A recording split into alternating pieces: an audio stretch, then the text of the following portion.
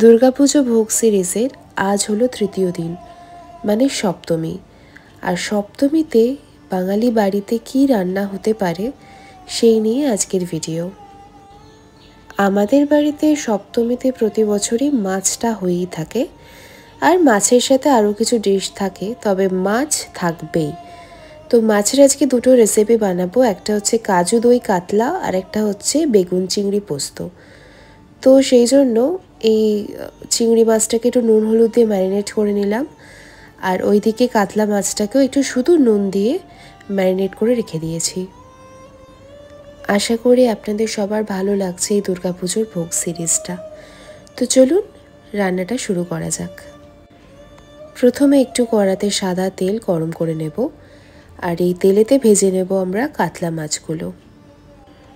দই কাতলা আমাদের বাড়িতে একটু অন্যরকমভাবে বানায়, তবে এটা আমি বানাচ্ছি বিভিন্ন অনুষ্ঠান বাড়িতে যেভাবে কাতলা মাছ বা দই কাতলা বানানো হয় সেইভাবে।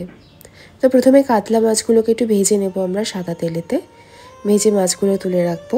তারপরে ওই তেলেতেই দিয়ে দেবো কিছু পেঁয়াজ। এবার এই পেঁয়াজগুলো ডুমো ডুমো দিলাম, কারণ এগুলোকে পেস্ট করব আমি। তো সেই জন্য পেঁয়াজটা দিয়ে একটু হালকা করে ভেজে নেব। এরপর এই পেঁয়াজগুলো ভেজে তুলে রেখে তাতে অ্যাড করে দেবো এই টক দই, ফ্যাটানো টক দই, একটু কাজু আর একটু পোস্ত। তো এইগুলোকে সব কিছু একসাথে মিক্স করে নেব। অনেকে পরে পরে দেয়, দইটা পরে দেয় বা পেস্ট পরে দেয়। আমি একসাথেই সব করে নিচ্ছি, কারণ আমি শর্টকাটে রান্না করতে খুব ভালোবাসি, তাই জন্য সবটা একসাথেই পেস্ট করে নেব। আমি কিন্তু এখানে কোনো আদা রসুনের পেস্টের ব্যবহার করছি না। এই রান্নাটা শুধু পেঁয়াজেই হবে, কিন্তু আপনারা চাইলে ইউজ করতে পারেন।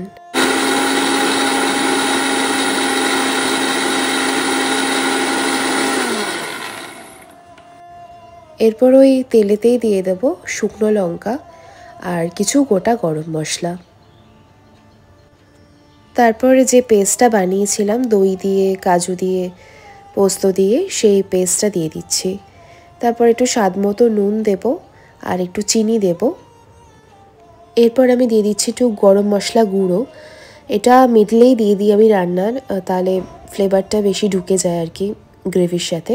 তারপর মিক্সি ধোয়া জলটা দিয়ে এখানে মাছগুলোকে অ্যাড করে দেব।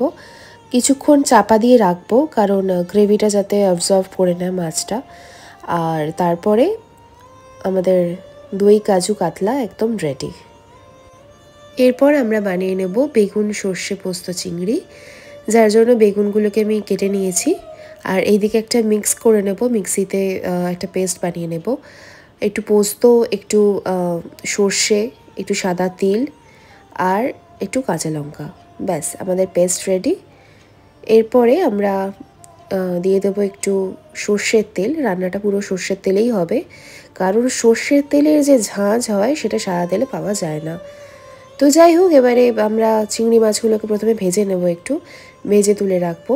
তারপরে ওই তেলেই দিয়ে দেবো বেগুনগুলো দিয়ে ওতে একটু নুন আর হলুদ অ্যাড করে বেগুনগুলোকেও ভেজে তুলে রাখবো। ডিপ ফ্রাই করার দরকার নেই, হালকা একটু ভেজে তুলে রাখলেই হবে। এরপরে তেলেতে দিয়ে দেবো একটু কালো জিরে, আর তারপর ওই পেস্টটা দিয়ে দেবো। কালো জিরের ফ্লেভারটা কিন্তু খুব ভালো লাগে এই ধরনের মাখা মাখা তরকারিতে। তারপর পেস্টটাতে একটু শুকিয়ে এলে এই বেগুন আর চিংড়িটা দিয়ে দেবো। ব্যাস আমাদের রান্না অলমোস্ট ডান। তো দেখতেই পাচ্ছ কীরকম মাখা মাখা হয়েছে। তো চলো এবার সার্ভ করব। খুব সহজে দুটো রান্না আমি দেখিয়ে দিলাম। তো আমাকে জানিও তোমাদের কেমন লাগলো, আর প্লিজ বাড়িতে বানিয়ে সবাই জানিও আমাকে সেটাও, যে কেমন লেগেছে খেতে। তো চলো আজকের মতো ভিডিওটা এখানে আমি শেষ করছি। সবাই খুব ভালো থেকো। দুগ্গা দুগ্গা।